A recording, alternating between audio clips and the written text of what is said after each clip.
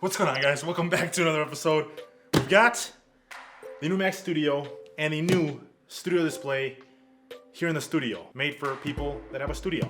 So we're gonna go ahead and unbox these today. We're gonna do a full review on them here in the next couple of days. I wanted to unbox them for you and see exactly what we get. I kind of have an idea, obviously, because we've all seen the Apple event, but I'm super excited. I had to chase the FedEx guy down the street because he missed my address yet again. Let's go ahead and start opening up. I think we have the keyboard. So we're gonna go ahead and open up the keyboard and see what's different with this one. Now if you guys remember with the 24-inch iMac, we did get the smaller version of the keyboard that had that Touch ID. We now get it on the wireless Magic Keyboard with the Mac Studio. Now, obviously, if you guys purchase the mouse or the keyboard, it's gonna have to be separately. It does not come with the Mac Studio. I know. This version that we will be unboxing today is the M1 Mac Studio Ultra Max, Ultra Max, Max Ultra. It's the Ultra Max, top of the line Mac Studio, and I think it starts at $4,000 and maxes all the way up to over $8,000. So stupid expensive. We'll get to this in a second, but let's go ahead and open up the Magic Keyboard and see what we got. Ooh, the color on this. Always that unboxing. But I think it looks very good, in my opinion. I like this color scheme a lot better than previous color schemes. I know we have the black one here in the studio that I haven't really used much, but now I actually do have the black one here, and I want to compare it so you guys get an idea. They're the same size, obviously, but that fingerprint scanner is up at the top portion of the middle, and you do have a little bit more spacing. Oh, spacing seems about the same between the keys. But in terms of overall look and feel, I do like the black, obviously, but this kind of goes a little bit better with the color scheme that we got going on with the Mac Studio and the new Studio display. In the box, you get the USB Type-C to Lightning. Are they still? I don't understand. Where's the thought process here? Well, it's USB Type-C on one end, but why is it Lightning on the other? For what reason? Can you just give us USB Type-C for everything? Please. You've done it on pretty much everything else. No, stop. You think I'm not? Stop. No, not during the video, stop. Guys, this place, if you haven't noticed, has turned into a Nerf war zone. There is Nerf, no. Chill. I don't have any glasses on. If you hit me in the eye, better stop. Chill. Always, if you ever come to the studio, make sure you guys are packing. Now let's go ahead and unbox. Should we do the Studio display or the Mac Studio first? Let's go ahead and do the Mac Studio first because I want to show you guys something with the display that you're gonna notice. Mac Studio.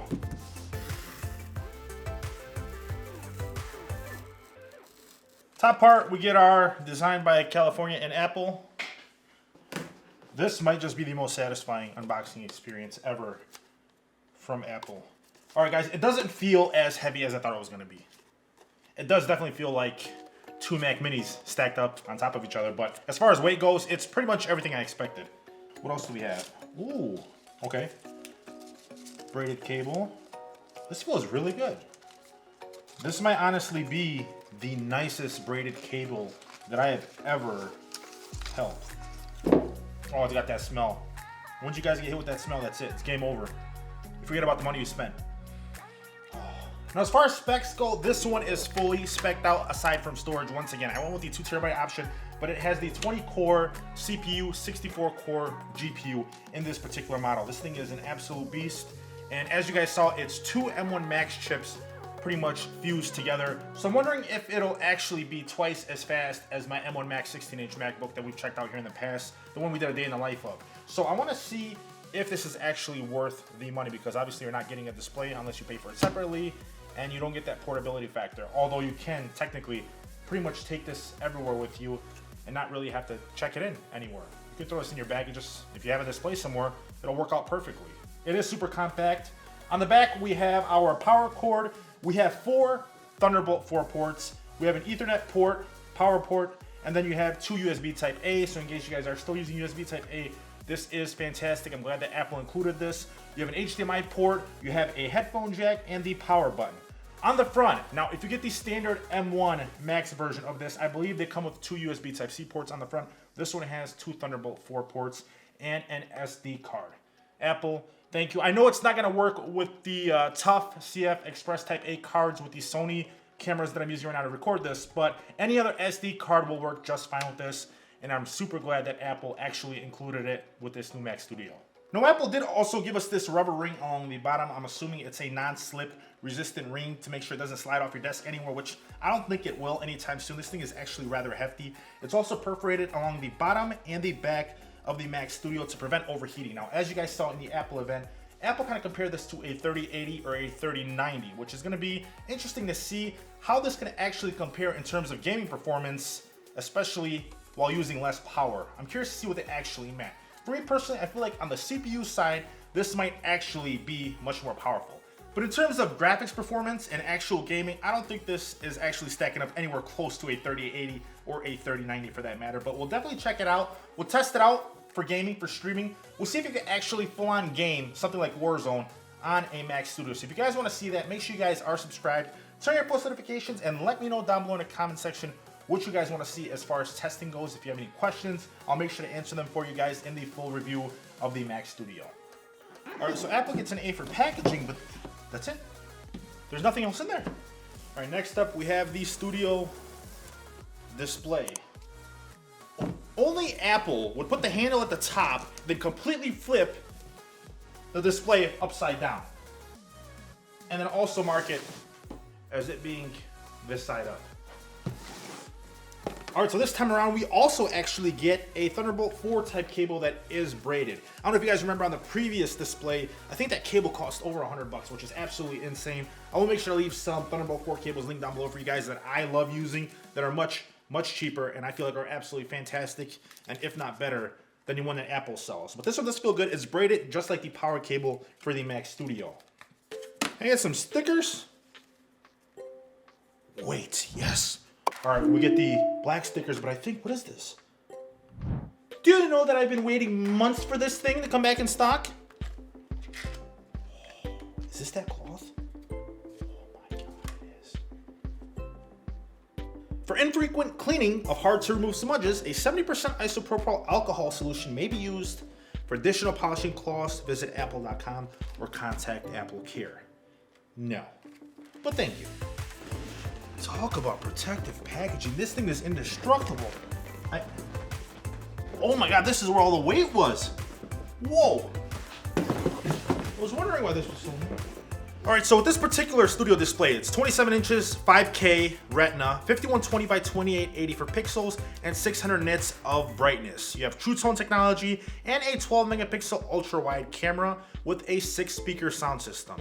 3 mic array, 1 Thunderbolt 3 port that you guys saw, 3 USB Type-C ports, one of them being a Thunderbolt port. So, unlike previous displays, which we won't mention, you now finally get a Thunderbolt port and 3 more USB Type-C ports, along with everything that you get on the Mac Studio.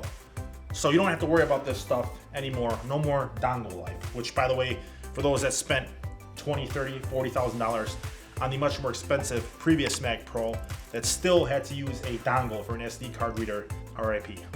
So one thing you'll notice, guys, with the nano texture is definitely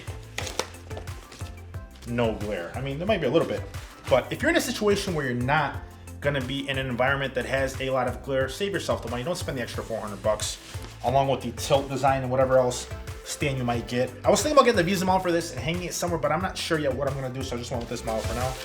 But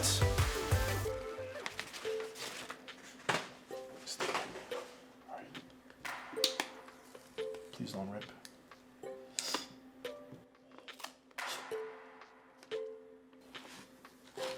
No fingerprints anywhere.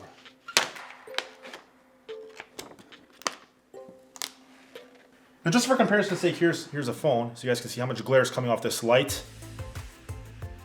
This is a massive studio light, and even though you guys can see it in the reflection here on the new display, it's nowhere near as bad as, say, my iPhone or anything else. So if you guys are in an area where you're not going to experience that much glare, I don't think you should really worry and spend the extra money on the much more expensive nano textured version of this display. But as you guys can see, in terms of glare, there's your iPhone versus the display itself, and it's actually not that bad. You know, I was wondering where that power cable was for this display. They tied it to the back of the actual display itself. I'm wondering if this one's braided as well. I'm assuming it will be if everything else was. I'm trying so hard not to touch the display itself. I don't want to leave my fingerprints on it. Is this magnetic? Was this thing... Can you not detach this? What's going on here? Yeah, boys, doesn't look like that cord's coming off. So wherever the display goes, the cable goes with it. All right, let's go ahead and plug in this display in the Mac Studio for the first time. Let's power it on together, see what it looks like. I want to check out the 12 megapixel center stage camera that you get built into this thing, along with the built-in microphone. I'm curious to see how it stacks up against my M1 Max 16, which I use pretty much every day. And I also want to see what these speakers sound like on this thing, because I have a feeling they're going to sound pretty damn good. So let's go ahead and do that now.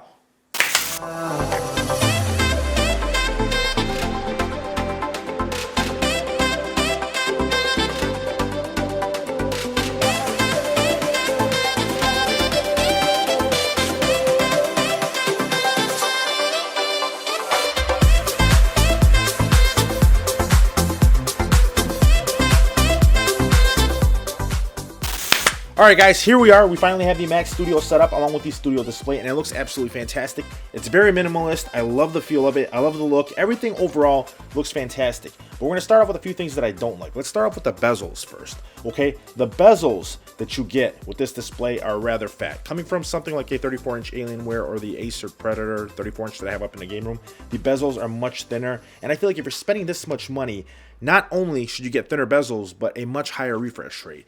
You get 60 hertz for the refresh rate on here. No promotion with this. I feel like they could have at least done 90, but coming from 120 on the Alienware or an iPad Pro or a iPhone 13 or a S22 Ultra, coming down from 120 hertz for the refresh rate down to 60 absolutely kills it for me, guys. And if you're spending $2,000 on a display, I feel like that should be standard. So that's two things that I don't like are the bezels and that refresh rate. It absolutely kills it for me. Let's go ahead now. We're going to do the microphone test. We're going to check out the webcam quality. But first, I also want to see what the speakers sound like on this Studio display.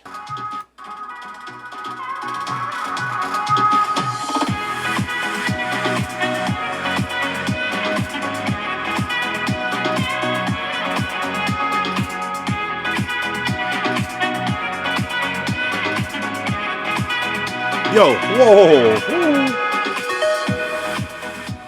All right. I'm still trying to process. These sound absolutely amazing. Here's what's going to happen. I don't see myself having to wear headphones or earbuds anymore when I'm editing videos. That's the first thing that popped into my mind. These speakers sound absolutely amazing. These are these are the best speakers that I've ever heard on a display. Hands down. This is amazing, and I feel like I keep saying it with every new Apple product that comes out. Speakers, absolutely fantastic. You guys heard him yourself. Let's go ahead and check out the webcam and the built-in microphone now. Whoa, guys, this looks absolutely amazing right now. What? Is this a... What? There's no lag either? All right, so like I said, A13 Bionic chip powering this thing. We introduced a little bit of lighting here, and this looks like probably the best webcam that I have ever seen on any display, laptop, whatever it is. I mean, if I were to compare this to like a Sony a7 III or something like that, some people wouldn't even be able to tell the difference. Obviously, me and professional videographers and content creators will be able to tell, but I mean, comparing this to any other 4K webcam out there in the market, this looks absolutely amazing. This is great. I'm using OBS right now to record this. And this is the input from the built-in microphone on the Studio display as well. So let me know what you guys think down below in the comment section. Look at this field of view. Streaming, gaming, whatever you guys want to do. Like I said, OBS is recording this right now. It looks absolutely fantastic. I could actually probably shoot a review like this as my A-roll footage. I mean, this looks great, guys, but let me know what you think down below in the comment section of the webcam quality and the microphone that's built into this Studio display. All right, here's what's going to happen next. We're going to take the Mac Studio, which has a 20-core CPU, 64-core GPU, and 64 gigs of RAM, and we're going to stack it up against my M1 Max 16-inch MacBook Pro that I've had for a couple of months now, which has a 10-core CPU, 32-core GPU, and we'll also throw in my beast that's up in the game room, which has 128 gigabytes of RAM, a 3080 Ti, and a 5950X AMD processor. And we're going to do a render and export test of my SA Ultra review that I did a few weeks back to see just how fast this Mac Studio is in comparison. So let's go ahead and do that now. Alright, so here we are, guys. We have both of these set with the same export settings. Target bitrate of 55. Both have maximum render quality and maximum depth turned on. Hardware encoding, H.265. Both the same file, same everything. Let's go ahead and hit export on both of these. And start the timer. And see just how fast the Mac Studio is in comparison with this file. And then I'll also throw in the desktop PC that's up in the game room with the same export to see just how fast it is in comparison.